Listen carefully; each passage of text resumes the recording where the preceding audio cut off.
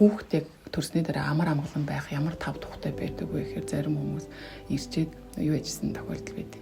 Танах чи одоо 2 3 хүүхэдтэй мөртлөө нэг хүүхэдгүй аав шиг гэж яриа гардаг. Тэгэхээр ээж ямар өөрөө амар амгалантай, сэтгэл амар амгалантай ургаад тэн яг л тийм хүүхэд төрсний дараа яг л тэгж гардаг.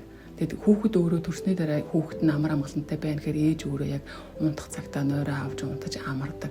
Буцаад өөрөө хэвэндээ орох нөхцөл бололцоо маш богино хугацаанд өөрийнхөө хуучин хэвэндээ орж чаддаг гэсэн үг.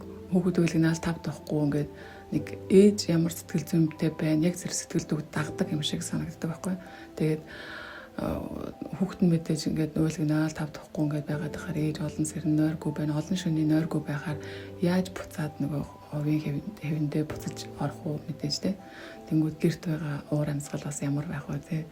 Тэгээд ер нь бясалгалыг бол дадуулж хийснээр маш л том одоо хэмжиж үгээр хэлшгүй үр дүнгууд босцорсынхаа хугацаанд хүн мэдрэх нь жирэмс төрснийхөө дараагийн одоо гэр бүлийн орчин гэрийн уур амьсгал хүртэл шал ондоо болдог байна.